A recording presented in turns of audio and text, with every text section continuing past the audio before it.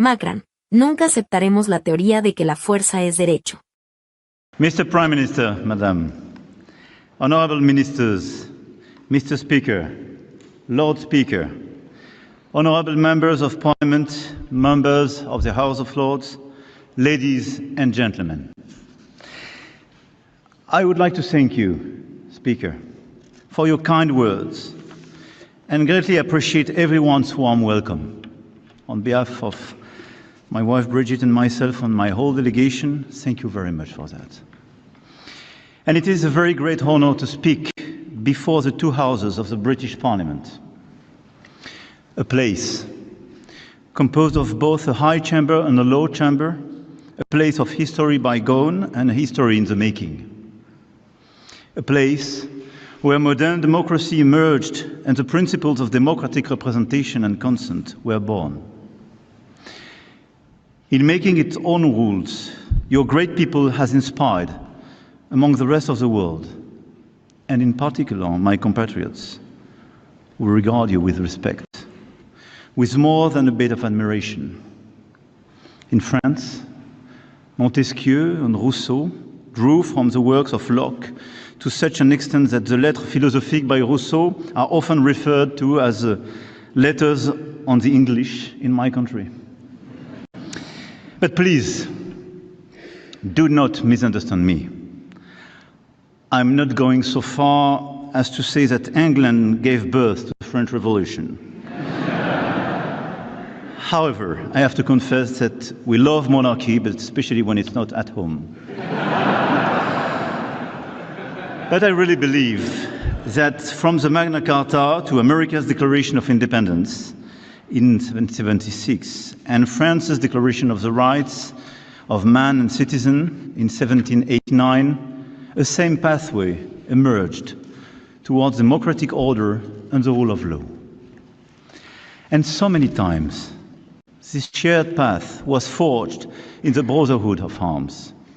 So many times it followed the small trails of the Ardennes and the Vosges mountains under the hail of German bullets from 1914 to 1918. So many times it almost veered off course, taken up by our common ancestors, reconquering the Normandy coast inch by inch under the glaring sun of June 1944.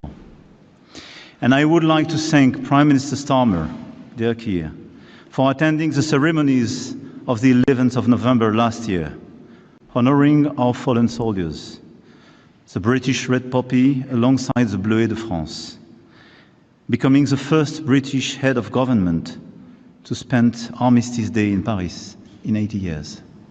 Thank you.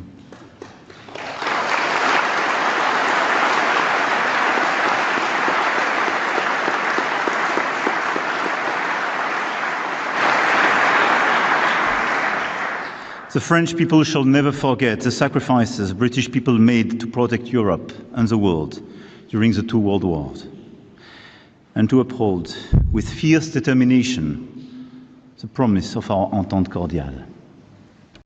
We shall never forget the support of the asylum your forefathers gave to the Free French forces in the fight against the barbarism of the Nazis. Sir Winston Churchill was one of the visionaries who had the foresight to help forge a strong transatlantic alliance and to come up with a peaceful European order in which he deeply believed. He passed this same vision on to us of a world order based on law, justice, and respect for territorial integrity. An order that is today being attacked on a daily basis as we witness direct attacks on our democracies, the return of war to our continent, the resurgence of imperial impulses, and the flouting of international rules by destabilizing powers who are attempting to divide up the world to their advantage. Speaker, you and your predecessors have become famous, I have to say, even in France, for your way of restoring order in the courts with your imperial and imperious exclamations, "Order, order." And today we wish to join you in shooting out, "Order, order," with you to calm the unrest in the world. As permanent members of the United Nations Security Council, deeply committed to multilateralism, the United Kingdom and France must once again show the world that our alliance can make all the difference. Clearly, we have to work together in order to defend an efficient multilateralism and to protect the international order as we forged it after the Second World War.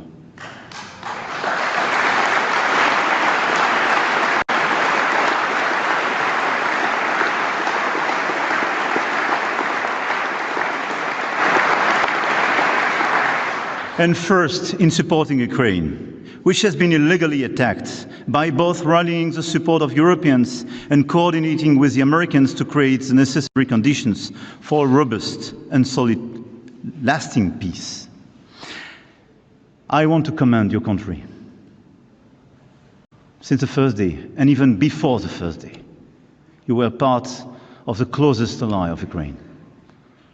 Training the army, being here the first day to protect President Zelensky, his government, and allowing their forces just to resist, as you did decades ago with my country.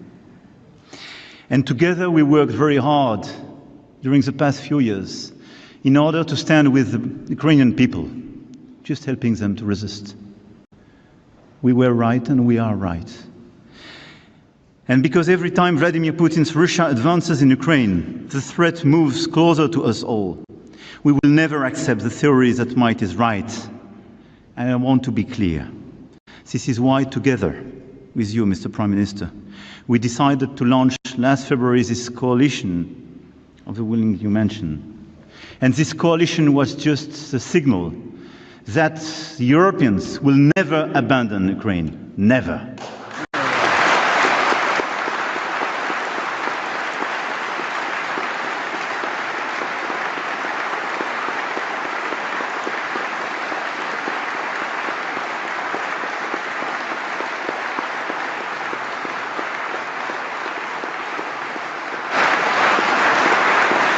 And whatever the decisions could be elsewhere, we will fight till the very last minute in order to get the ceasefire, in order to start the negotiations to build this robust and sustainable peace.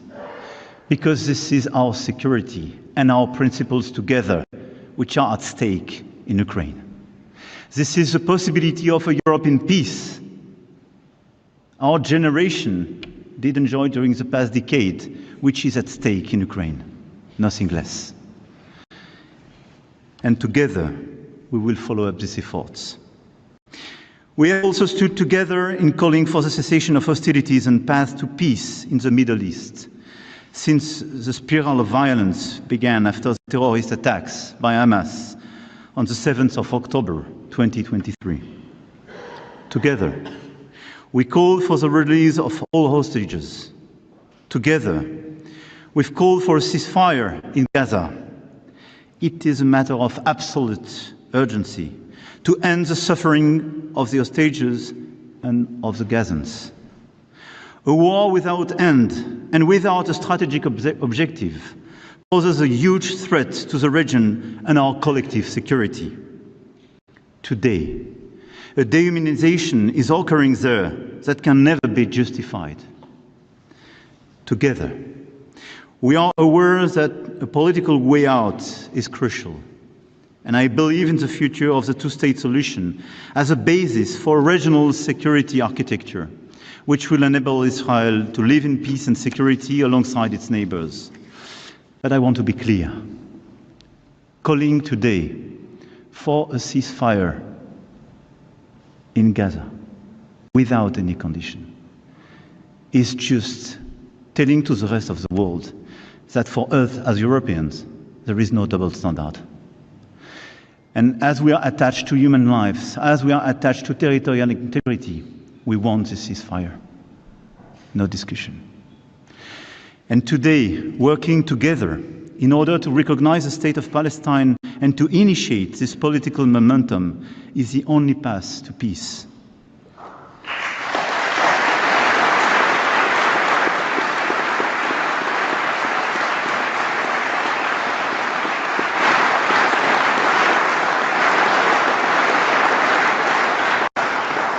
Because since Oslo in 1993, with Gaza in ruin and West Bank being on a daily basis attacked, the perspective of a Palestinian state has never been put at risk as it is.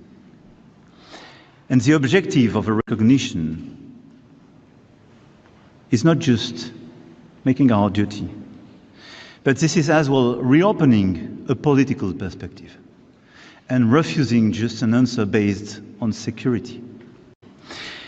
And this is why the solution of the two states and the recognition of a state of Palestine is as well, according to me, the only way to build peace and stability for all in the whole region. This approach is in line with our common refusal to tolerate the threat posed by an Iran that possesses nuclear weapons. There again, we know all too well the limitations of solutions based on force and the temptation to bring about regime change. France, the United Kingdom and Germany, in coordination with all stakeholders, have the duty to bring about a stringent negotiation which ensures international monitoring of Iran's nuclear program over the long term, thereby preserving the international non-proliferation framework as a foundation for collective security. It is with the same coherence and firmness that we act to defend the world order. In Africa, our two countries have had a weighty past, which is why we can legitimately send a message of conciliation and refusal of spheres of influence, of respect for economic and territorial sovereignty. In the Indo-Pacific, our history has made us a watchdog of the freedom of navigation and compliance with international law, which we defend. Amid this upheaval, the alliance between France and the United Kingdom has not faltered. It has even become stronger. Yes, during the past few years, this alliance became stronger. On defense and security, the Lancaster House treaties showed that we were willing to cooperate on the most sensitive subjects regarding our sovereignty and our deterrence. When our two countries signed them, some clever people found a way to derive savings of resources from them, and others even dubbed them the Entente Frugale. Yet, they have successfully provided structure for defense cooperation between our two countries for the past 15 years. At this bilateral summit, we will enter a new stage that will scale up this cooperation. And our two countries, the only European nuclear weapon states, the leading armed forces of the continent, together accounting for 40% of European military budgets, vow to fully shoulder the responsibility when it comes to European security. And we are faced with new threats, with aggressive nuclear powers, with sometimes hesitating alliances, and the return of major conflict on our continent. This is why, in 2 days, our summit is so important, and the announcement we prepared so historical. The capabilities identified 15 years ago at Lancaster House must be increased dramatically in proportion to the threat. Our industrial cooperation must also move to the next level, and our relation to Europe must change, even in the core of sovereignty. There is an expectation in Europe that, faced with revisionist neighbors, our two countries have a special responsibility for the security of the continent. And it is time to articulate it. And to paraphrase Pete's famous phrase, to make sure that not only our two countries will save themselves by their own exertions, but also that we will save Europe by our example and our solidarity. But we will return to this in more detail at the summit on Thursday, but very clearly, taking the commitment to go to the 3.5% on defense in the years to come. It's not just piling money. but increasing our cooperation altogether, reducing our dependencies, and building a strong European pillar in NATO. We have to work together to cooperate as we did a few years ago in Sahel, shoulder to shoulder. We have to cooperate in order to build new common programs, to increase the cooperation of our industries, and to make a more independent and stronger Europe of defense. Second, on climate and biodiversity. Together we commit to the planet in the face of the new league of international reactionaries who deny science and facts. We also defend with one voice the implementation of our climate ambitions towards carbon neutrality, phasing out fossil fuels and protecting forests, which will be core issues of the upcoming COP30 in Belém. We are also acting together to achieve the ratification of the BBNG Treaty on the protection of oceans, mobilizing the private sector, reforming the official development assistance system in line with the Paris Pact for Peoples and Planet, where we work together. And we worked very actively and still work together on biodiversity and biodiversity credits. The report we commissioned together as Franco-British during King Charles' state visit to France is not just excellent, but we endorse it and we will implement it. We will now continue to work together and implement this work. Third, on migration. And I have the feeling to be weighted on this issue as well in your country. Indeed, in this unstable world, hope for a better life elsewhere is legitimate, but we cannot allow our country's rules for taking in people to be flouted, criminal networks to cynically exploit the hopes of so many individuals with so little respect for human life. France and the United Kingdom have a shared responsibility to address irregular migration with humanity, solidarity, and firmness. The decisions that we will take at our bilateral summit will respond to our aims for cooperation and tangible results on these major issues. Very clearly, we task our Minister of Domestic Affairs to work very closely together, and I want to salute the very close coordination and cooperation. But our objective, very clearly, is to have the best ever cooperation between our two countries in order to fix today what is a burden for our two countries. But let me remind as well, as we are making these bilateral efforts, as we are stepping up the level of our cooperation, a third of the people entering illegally into the Schengen area attempt to cross the channel. And we will only arrive at a lasting and effective solution with as well the action at the European level and the cooperation, especially of the countries of first entry on the European soil, by continuing to work with the countries of departure and transit of global migration routes, and as well by addressing pull factors. But let's be clear, we will deliver together, because this issue is a clear issue for our countries. Fourth, on economy. Our trade has been revived and has even surpassed the pre-Brexit levels. The 3,500 French companies working in the UK remains the second leading foreign employers in your country, and vice versa. And we want to do more, and at the occasion of the summit as well.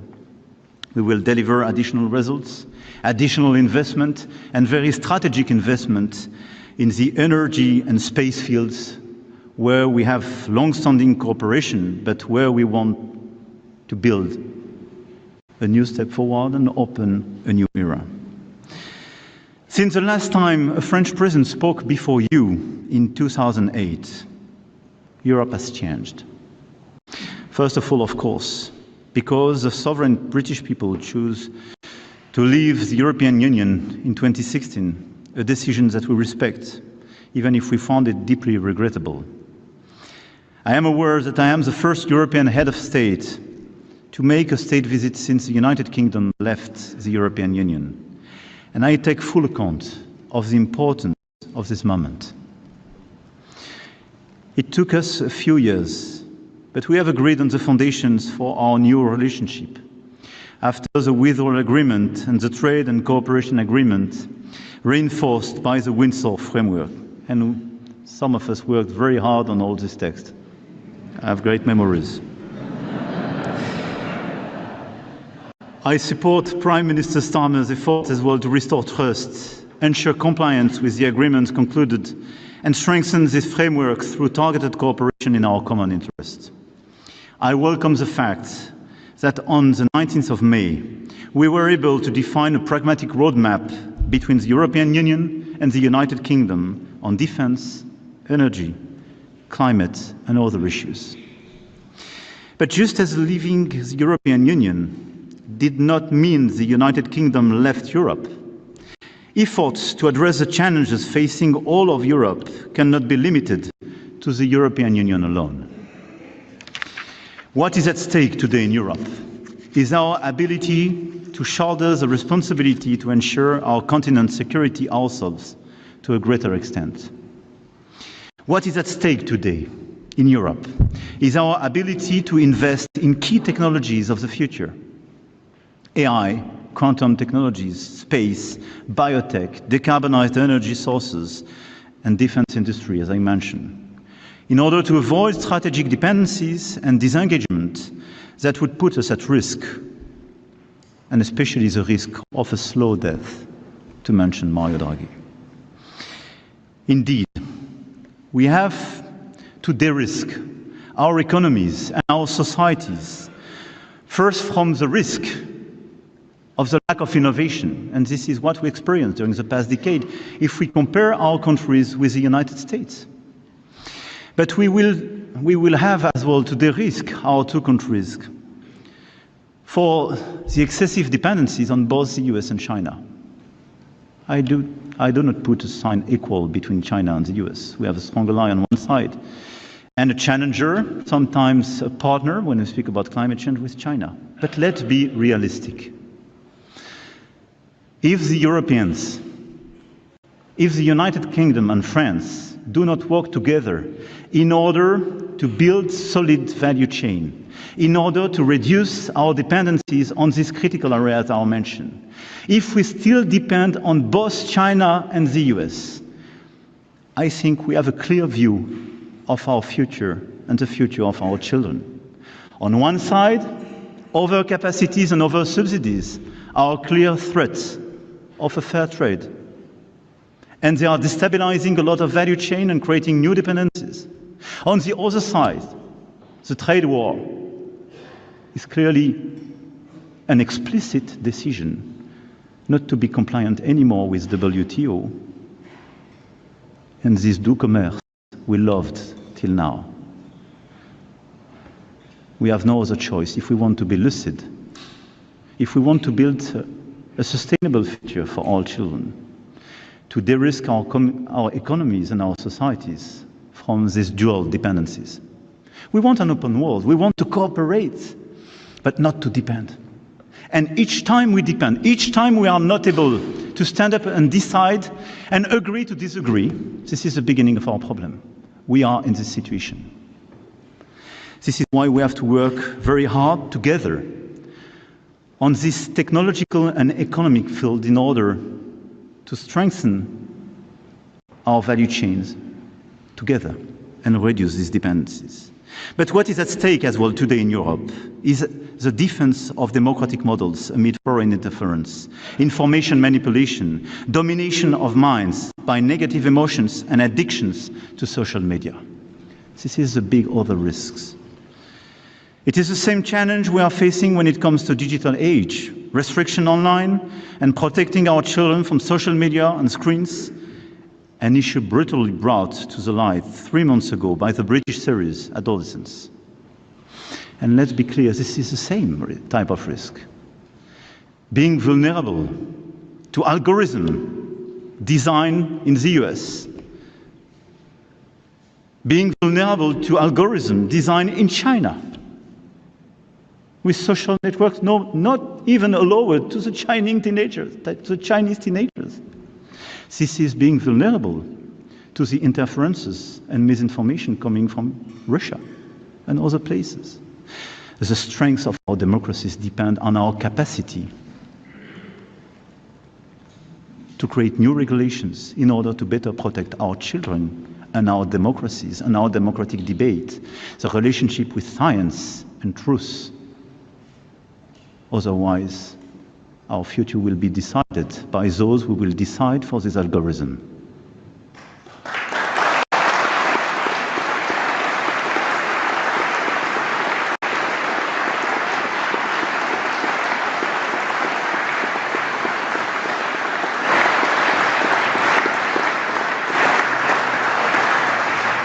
Our two countries are among the oldest sovereign nations in Europe.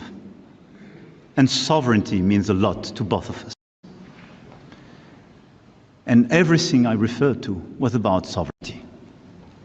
Deciding for ourselves, choosing our technologies, our economy, deciding our diplomacy, and deciding the content we want to share, and the ideas we want to share, and the controversies we want to share. Even though it is not part of the European Union, the United Kingdom cannot stay on the sidelines, because defense and security, competitiveness, democracy, the very core of our identity, are connected across Europe as a continent. And you understand me, the point is not to diverge, and to move forward side by side on these strategic choices we are facing, to avert the risk of effacement, division, weakness. A certain idea of Europe, so dear to George Steiner, must continue to connect us today. And it is also the meaning behind the European political community, which has shown its ability to bring together the European family across the continent of Europe, to address the issues of stability, security, and cooperation between states in concrete terms. And the United Kingdom is playing a full role, as it demonstrated a year ago at Blenheim Summit. I believe that our two countries will continue to be drivers of change, drivers of this wider Europe and this meaningful convergence. We must be able to count on our economic, academic, research, and cultural relations to together tackle these sovereign-related challenges. And I welcome the number of partnerships agreements that our universities, museums, research institutions will sign in the margins of this visit. They will participate in our respective agenda to reindustrialization and strategic independence in key sectors, from artificial intelligence to culture. Our two countries are leaders in Europe when we refer to artificial intelligence. But the competition of the US and China is fierce, and Europe, on this point as well, needs to step up its investments. This is why we have to work as well together. As the Channel Tunnel is celebrating its 30th anniversary this year, let's make a wish here today. Let's not allow the channel to grow wider. Although there are 300,000 French people living in the United Kingdom and 150,000 British people living in France, there has been a decrease in movement in recent years when it comes to school, university, professional and researcher exchanges. And today there is a risk that our societies are growing apart, that our young people do not know each other as well and may end up strangers. At a time when international current events remind us on a daily basis of our common future. Let's fix it. Let's work together in order to facilitate the exchange of students, researchers, intellectuals, artists. This is so important. Let's allow our children to have the same opportunities as the one we had.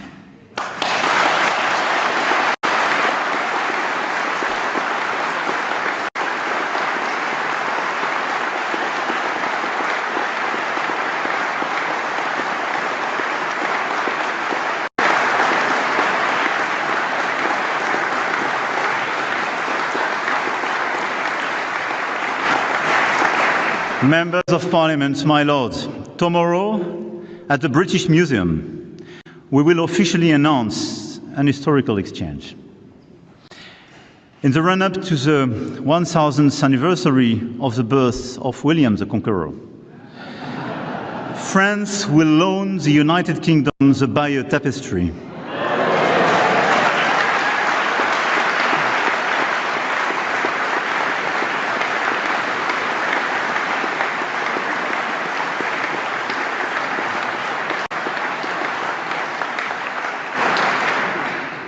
I have to say, it took probably more years to deliver this project than all the Brexit texts. Because we launched it together with Prime Minister Theresa May at that time, during not a state visit, but a summit a few years ago. But at the end of the day, we did it. And the tapestry will be displayed in London, while the National Museums of Rouen and Caen will receive the Sutton Hoo treasure on loan. And I think these mutual loans of these extraordinary national treasures will involve fascinating human exchanges, which will certainly be positive for our future in terms of culture. And let's see this exchange happening between summer 26 and summer 27 as the beginning of this new era of exchange and the reopening of these mutual movements. The times of William the Conqueror are over, happily. And the roles of charging cavalry as well. Our Entente Cordiale, sealed 126 years ago, has enabled our countries to bring their futures closer to protect Europe's strategic balances and to enter into an era of cooperation and competition, replacing our battlefields with football and rugby fields, as you mentioned. At the invitation of His Majesty, King Charles III, whom I should like to thank for his hospitality and his long-standing, very special relationship with my country, I came here today to renew the French people's message of friendship and fraternity. Yes, finally we meet again. And let's be sure that we will meet again for years and decades. Because we are linked by our geography, by our past, but we are linked by our common future. And the only way to overcome the challenges we have, the challenges of our times, will be to go together, hand in hand, shoulder to shoulder. This is our common destiny. Long live our United Kingdom friendship. Long live the United Kingdom. Long live France.